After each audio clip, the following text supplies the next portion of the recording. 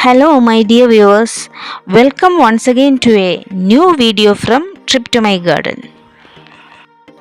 വ്യത്യസ്തങ്ങളായിട്ടുള്ള പ്ലാന്റ്സിനെ പരിചയപ്പെടുത്തുമ്പോഴാണ് നമുക്ക് കൂടുതൽ ഓരോ പ്ലാന്റിനെ കുറിച്ചുള്ള അറിവുകൾ ഉണ്ടാകുന്നത്. അപ്പോൾ ഇന്ന് ഞാൻ അത്തരത്തിലൊരു ഡിഫറെൻ്റ് ആയിട്ടുള്ള പ്ലാന്റിനെയാണ് നിങ്ങൾക്ക് പരിചയപ്പെടുത്തുന്നത്.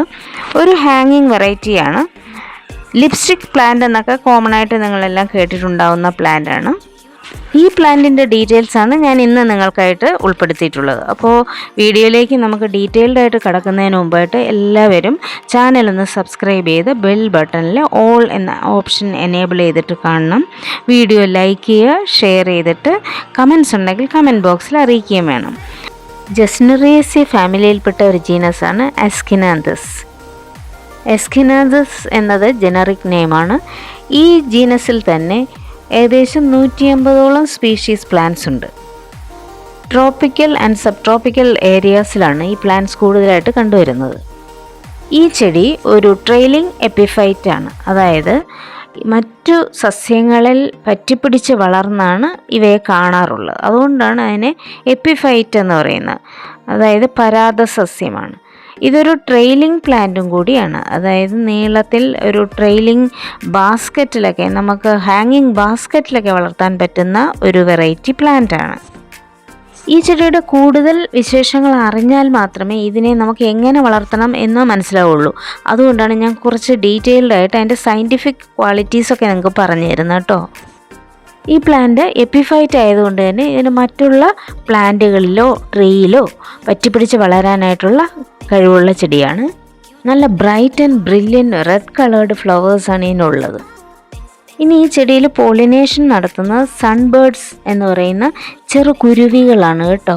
അപ്പോൾ അത് പോളിനേഷൻ നടത്തിയ ശേഷമേ ഇതിന് വിത്തുൽപാദനവും അതിൻ്റെ നെക്സ്റ്റ് ജനറേഷനും ഒക്കെ സാധ്യമാവുകയുള്ളൂ. ഈ പ്ലാന്റിൻ്റെ പൂക്കൾക്ക് ഇനിയുമുണ്ട് സവിശേഷതകൾ. അതായത് ഈ പ്ലാന്റിനെ കോമണായിട്ട് നമ്മൾ ലിപ്സ്റ്റിക് പ്ലാന്റ് എന്നാണല്ലോ പറയുന്നത്. അപ്പോൾ ഈ പേര് വരാൻ കാരണം നമ്മൾ ചുണ്ടിൽ തേക്കുന്ന ലിപ്സ്റ്റിക്കിനെ ഓർമ്മിപ്പിക്കും ഈ ഫ്ലവേഴ്സിനെ കണ്ടാൽ. അതായത് ഫ്ലവർ തീരെ വിരിയുന്നതിന് മുമ്പായിട്ട് അതിൻ്റെ ബഡ് സ്റ്റേജിൽ നോക്കുകയാണെന്നുണ്ടെങ്കിൽ ആ ഫ്ലവറിന് ചുവട്ടിലായിട്ടൊരു കാലിക്സ് എന്ന് പറയുന്ന പോർഷനുണ്ട്. നല്ല മെറൂൺ കളറിലുള്ള കാലിക്സ്. ആ കാലിക്സിൽ നിന്ന് പുറത്തേക്ക് വരുന്ന ആ ബഡിനെ കണ്ടു കഴിഞ്ഞാൽ ഒരു ലിപ്സ്റ്റിക്കിനെ നമുക്ക് ഓർമ്മ വരും. നമ്മൾ ചുണ്ടിൽ തേക്കുന്ന ലിപ്സ്റ്റിക്കിനെ ഓർമ്മ വരും. അതുകൊണ്ട് തന്നെയായിരിക്കും ഇതിന് ലിപ്സ്റ്റിക് പ്ലാന്റ് എന്ന പേര് വന്നിരിക്കുന്നത്. ലിപ്സ്റ്റിക് പ്ലാന്റ് തന്നെ പല വെറൈറ്റീസ് ഉണ്ട്. ഇപ്പോൾ എൻ്റെ ഈ വീഡിയോയിലൂടെ നിങ്ങൾ കാണുന്ന പ്ലാന്റ് എസ്കിനാന്തസ് പൾച്ചർ എന്ന് പറയുന്ന സയൻറ്റിഫിക് നെയിമുള്ള പ്ലാന്റാണ്. ഇതും വളരെ മനോഹരമായ ഒരു പ്ലാന്റാണ്. അതിൻ്റെ പൂക്കൾ കാണാൻ വളരെ ഭംഗിയാണ്. ലിപ്സ്റ്റിക്കിൻ്റെ അതേ ഷേപ്പിലുള്ള ഫ്ലവേഴ്സാണ് അതിനുള്ളത്. വിരിയുന്നതിന് മുമ്പായിട്ടാണ് അതിൻ്റെ കൂടുതൽ റിസംബ്ലൻസ് നമുക്ക് തോന്നുന്നത് ലിപ്സ്റ്റിക്കുമായിട്ട്. വിരിഞ്ഞു കഴിയുമ്പോൾ കുറച്ച് വ്യത്യാസം വരും. എങ്കിലും അതിൻ്റെ കാലിക്സ് കാണുമ്പോൾ അതിൻ്റെ ആ ഫ്ലവറിൻ്റെ ബ്രില്യൻ റെഡ് കളറും കൂടെ കാണുമ്പോൾ നമുക്ക് ആ ലിപ്സ്റ്റിക്കിനെ തന്നെയാണ് ഓർമ്മ വരുന്നത്. ഇതിൻ്റെ ലീവ്സിനും ഉണ്ട് ഒത്തിരി സവിശേഷതകൾ. നല്ല തിക്കായിട്ടുള്ള ഒരു സക്കുലൻറ്റ് പ്ലാന്റ്സിൻ്റെ ലീവ്സിനെ ഓർമ്മിപ്പിക്കുന്ന തരത്തിലുള്ള ലീഫുകളാണ് അതിനുള്ളത്. നല്ല തിക്ക് ലീഫാണ്, നല്ല ഗ്രീൻ ലീഫാണ്. Leaves are elliptic and are arranged in pairs with smooth edges. Aeschynanthus pulcher എന്ന് പറയുന്ന ഈ ചെടി ഇതിൻ്റെ വളരെ മനോഹരമായ ഫ്ലവേഴ്സാണുള്ളത്. നല്ല റെഡ് കളറിലുള്ള ബ്രില്യൻ റെഡ് കളറിലുള്ള ഫ്ലവേഴ്സും വളരെ ബ്യൂട്ടിഫുള്ളായിട്ടുള്ള മെറൂൺ കളറിലുള്ള കാലിക്സും കൂടെ ചേർന്ന് വരുമ്പോൾ ഇതിനൊരു അത്രയും സ്യൂട്ടബിളായിട്ടുള്ളൊരു എപ്പിത്തറ്റാണ് ഇതിന് നൽകിയിരിക്കുന്ന പേര് പൾച്ചർ എന്നുള്ളത്. പൾച്ചർ മീൻസ് പ്രെറ്റി ഓർ ബ്യൂട്ടിഫുൾ. അപ്പോൾ ഇത്രയും നല്ല മനോഹരമായ റെഡ് കളറിലുള്ള ഫ്ലവേഴ്സ് ആയതുകൊണ്ട് ഈ എപ്പിത്തറ്റ് അതിന് വളരെ സ്യൂട്ടബിളാണ്. ഇനി ഈ ചെടിയുടെ വിശേഷങ്ങൾ പറയുമ്പോൾ ഗ്രോയിങ് കണ്ടീഷൻസ് പറഞ്ഞാലല്ലേ നമുക്കിതിനെ നട്ടു വളർത്താനൊക്കെ പറ്റുള്ളൂ. അപ്പോൾ മിനിമം അതിന് വേണ്ടുന്ന ടെമ്പറേച്ചർ 15 to 18 ഡിഗ്രി സെൽഷ്യസ് ആണ്.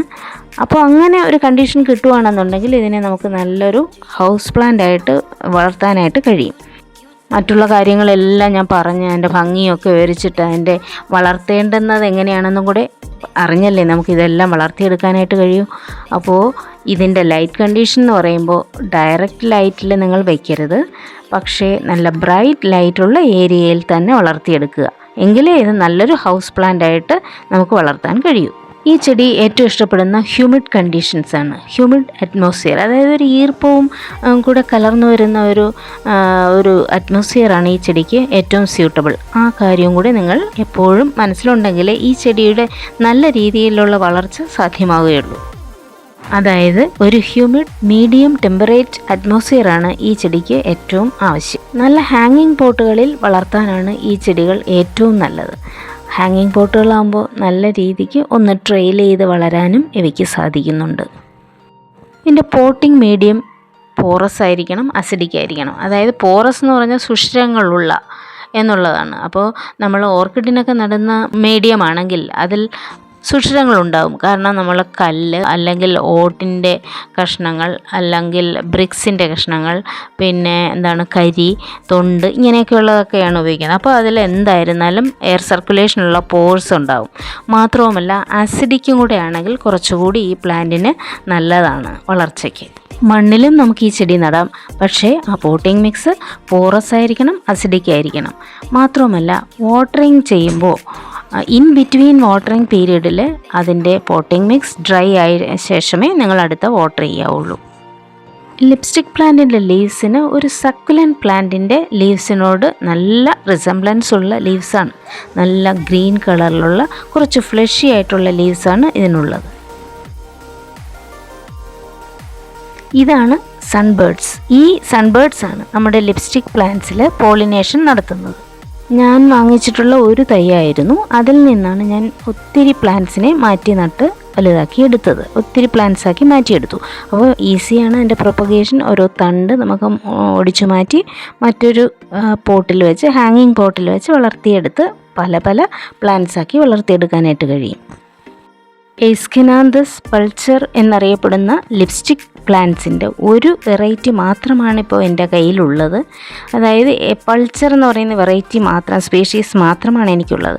ഇനി മറ്റ് പ്ലാന്റ്സിനെയൊക്കെ കിട്ടാൻ വേണ്ടി ഞാൻ ശ്രമിക്കുന്നുണ്ട്. കിട്ടുമ്പോൾ അതെല്ലാം വളർത്തി ഒരു കളക്ഷൻ ഉണ്ടാക്കണമെന്ന് ആഗ്രഹിക്കുന്നു.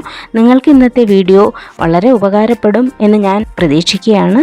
അപ്പോൾ നിങ്ങൾക്ക് ഇന്നത്തെ വീഡിയോ കണ്ടിട്ട് നിങ്ങളുടെ കമൻറ്റ്സ് വളരെ വിലപ്പെട്ടതാണ്. അത് നിങ്ങൾ എനിക്ക് എന്തായാലും കമൻറ്റ്സ് നിങ്ങൾ അറിയിക്കുക.